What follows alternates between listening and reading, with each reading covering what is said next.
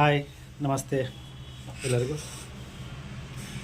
ಇವತ್ತಿನ ಒಂದು ವಿಡಿಯೋ ಸಾಮಾಜಿಕವಾಗಿ ಮತ್ತು ಪ್ರತಿಯೊಂದು ಹಳ್ಳಿಯ ಮನೆಗಳಲ್ಲಿ ನಡೀತಕ್ಕಂಥ ವಿಡಿಯೋ ಬಗ್ಗೆ ಚಿಕ್ಕದಾದ ಒಂದು ಕ್ಲಾರಿಫಿಕೇಷನ್, ಅಥವಾ ಆಲ್ಮೋಸ್ಟ್ ನನ್ನ ಮನೆ ಅಂತ ಅಲ್ಲ, ನಿಮ್ಮ ಮನೆ ಅಂತ ಅಲ್ಲ, ಸಾಮಾನ್ಯವಾಗಿ ಆಗ್ತಕ್ಕಂತಹ ಒಂದು ವಿಚಾರ.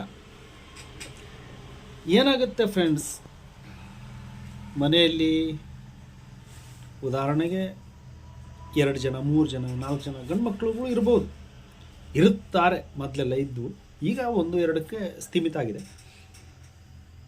ನೀವು ಮನೆಯಲ್ಲಿ ತಂದೆ ತಾಯಿ ಜೊತೆ ಒಟ್ಟಿಗಿರ್ತೀರಲ್ಲ, ಆ ಮಕ್ಕಳು ತಂದೆ ತಾಯಿಯನ್ನು ಎಷ್ಟೇ ಚೆನ್ನಾಗಿ ನೋಡ್ಕೊಳ್ರೆ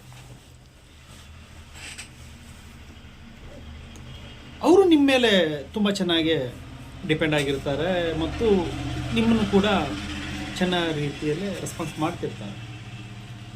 ಆದರೆ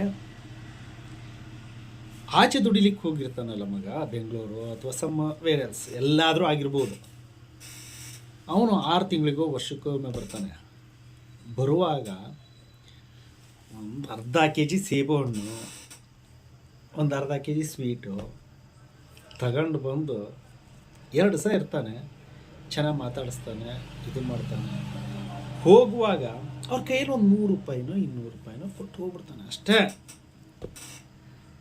ಆದರೆ ವರ್ಷ ಪೂರ್ತಿ ಚೆಂದಾಗಿ ಅವರ ಆರೋಗ್ಯದ ಬಗ್ಗೆ ಆಗಿರ್ಬೋದು, ಪ್ರತಿಯೊಂದು ಯೋಗಕ್ಷೇಮವನ್ನು ನೋಡ್ಕೊಂಡಿರ್ತಕ್ಕಂತಹ ಮಗನಿಗೆ ಸಿಗ್ತಕ್ಕಂಥ ಪಟ್ಟ ಏನಂದರೆ, ಈ ನನ್ನ ಮಗ ಏನು ನೋಡ್ಕೊಳಲ್ಲ, ನಮ್ಮನ್ನ ಸರಿಯಾದ ಟೈಮಿಗೆ ಊಟ ಹಾಕಲ್ಲ, ಕೈಗೆ ಒಂದು 10 ರೂಪಾಯಿನೂ ದುಡ್ಡು ಕೊಡಲ್ಲ, ನನಗೆ ಹೊರಗಿದಾನಲ್ಲ ನನ್ನ ಮಗ, ಅವನು ಬಂದ ಅಂದರೆ ಏನು ನನ್ನ ಅಷ್ಟು ಚಂದ ನೋಡ್ಕೊತಾನಪ್ಪ. ಹೋಗಬೇಕಾರೆಲ್ಲ ಒಂದು 100-200 ರೂಪಾಯಿ ಕೈ ಕೊಡ್ತಾನೆ, ಬರಬೇಕಾದ್ರೆ ಹಣ್ಣು ಹಂಪಲು ಎಲ್ಲ ತರ್ತಾನೆ.